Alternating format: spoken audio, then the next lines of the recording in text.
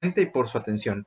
Yo soy el pasante al licenciado Kevin Vázquez, estudio la licenciatura en Historia y este día vengo aquí a compartirles mis conceptos básicos de historia con nuestras amadas monas chinas. Comenzamos. Primero, para entender la historia tenemos que entender sus problemas. La historia, como cualquier ciencia, tiene sus problemas y sus cuestiones que son criticables en el mejor de los casos. En esta sintonía podemos tener imprecisiones, es una ciencia interpretativa, por lo tanto el autor se puede equivocar al interpretar.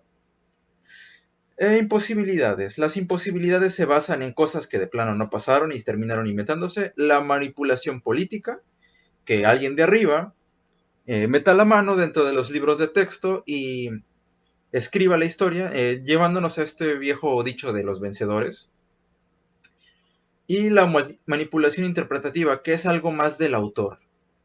Se viene en cuanto el autor toma, por ejemplo, su propia opinión acerca de algo, tiende a verse mucho con propaganda política más que nada. Les voy a dar un ejemplo muy claro. Porfirio Díaz, si son mexicanos, van a entender que Porfirio Díaz, durante la mayor parte de nuestra educación básica, principalmente, incluso en la media superior, tiende a verse como el malo de la historia. Y en realidad no es malo, tampoco quiero decir que es bueno. Sin embargo, es un humano, ¿no? Tiene su lado bueno moralmente y su lado no tan bueno, hablando de la moral. Bueno, entonces nos preguntamos, ¿para qué diablos sirve la historia? ¿Qué tiene de bueno? ¿No? Si es una ciencia que puede equivocarse tanto, entonces, ¿qué tiene de bueno? ¿Podemos considerarla seria? ¿Para qué nos sirve? Bueno, yo a la historia le doy el papel como muchos otros historiadores, de ser la ciencia autobiográfica de la humanidad. Sonará muy romántico, pero ese papel de hacer la autobiografía de la humanidad hace que sea precisamente muy, valga la redundancia, impreciso. Si bien tiene todos los errores que mencioné anteriormente, tiene usos que son muy fácil de definir y que le dan su carácter científico. Uno es entender la realidad del historiador o del que escribe. Porque bueno, quizá no podamos acertar al 100% cuando escribimos historia, porque evidentemente no vivimos el pasado. Tomamos un pedazo del pasado plasmado en un documento o un objeto y lo traemos al presente. Bueno, otra es tener una visión del tiempo, del, del pasado, obviamente, desde nuestros ojos. O sea, cuando leemos historia, algo del pasado vemos. Quizá no es todo real o no es la interpretación más exacta, sin embargo, sigue siendo un pedazo del pasado que lo logramos ver a través de la historia.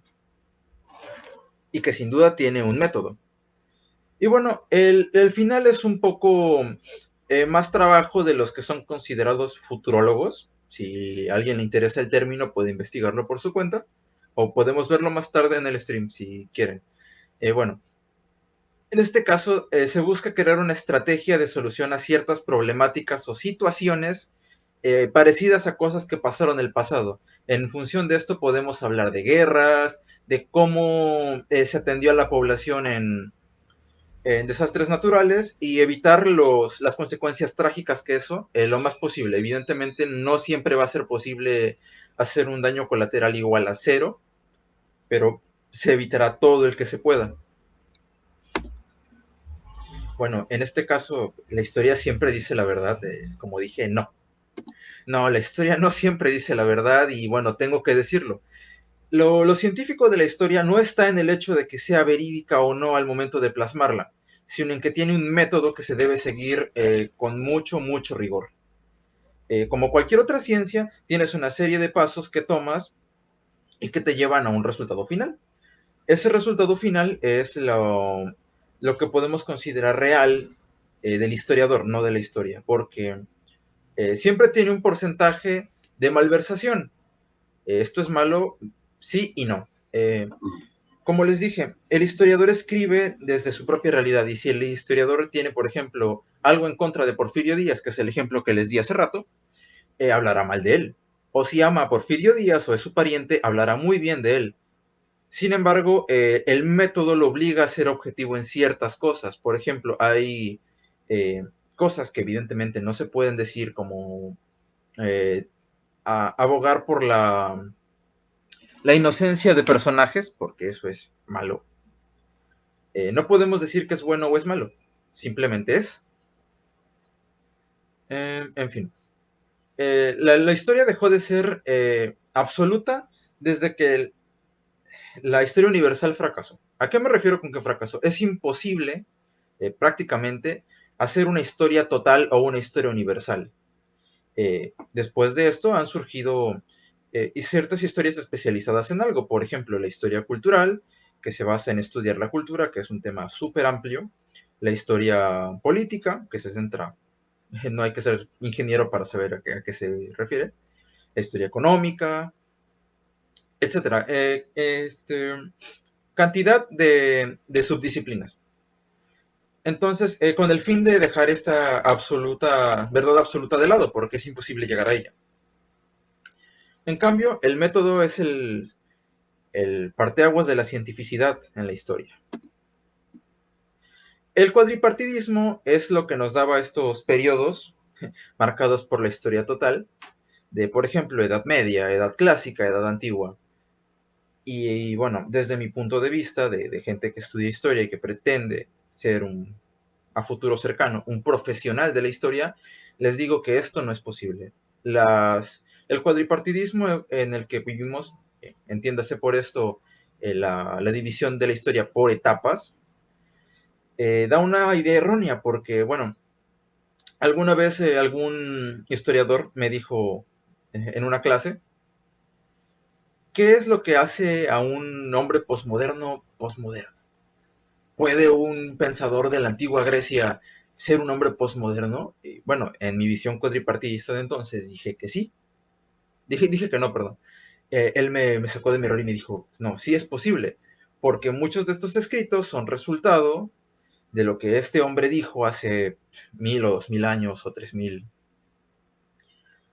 En este punto se debe entender a la historia como un proceso. No hay un punto en el que uno diga, me dormí en la Edad Media y me paré en la Edad Contemporánea, porque eso no es posible. Es un proceso, todo va de un punto a otro de una forma lenta y de una manera no lineal, y ni tampoco cíclica. Eh, porque esta idea de que la historia funciona en ciclos es muy imprecisa en el mejor de los casos. La historia no funciona en ciclos, funciona por medio de procesos, los cuales pueden durar desde un día hasta 1000 años. Depende de los individuos que lo vivan, de la zona y de otros muchos tantos factores. Entonces, si la historia no es precisa en cuanto a la veracidad, eh, es, es científica, por supuesto. Porque sin pretender tener la verdad, estamos más cerca de ella. ¿A qué me refiero con esta expresión? Me refiero a que si nos enfocamos directamente en seguir el método o los métodos, estamos más cerca de encontrar la verdad o lo que ocurrió o lo que fue de manera más veraz si nos apegamos a ello. Entonces, ¿me puedo considerar científico siendo un profesional de la historia? Por supuesto que sí, porque sigo un método igual que cualquier otra ciencia, que tiene la seriedad y rigor que cualquier otra ciencia, y bueno, absolutamente sí. Y bueno, muchos de ustedes están aquí porque piensan o han escuchado que la historia no les va a dar de comer algún día, y esto es totalmente mentira. Con esfuerzo y con trabajo pueden sacarte de Latinoamérica, igual que cualquier ciencia. Igual que cualquier trabajo, básicamente. No se cierran a la idea de que si estudias ciencias sociales o si estudias historia te vas a morir de hambre. Te vas a morir de hambre si no le echas ganas, si no sabes y si no te preocupas por aprender más. Y no, tranquilos, háganlo de la manera correcta, no lo suicidan con 30 tiros en la espalda si lo hacen bien. Y por supuesto, la mejor parte es que puedes enseñar con monas chinas. Eh, bueno, yo estoy encantado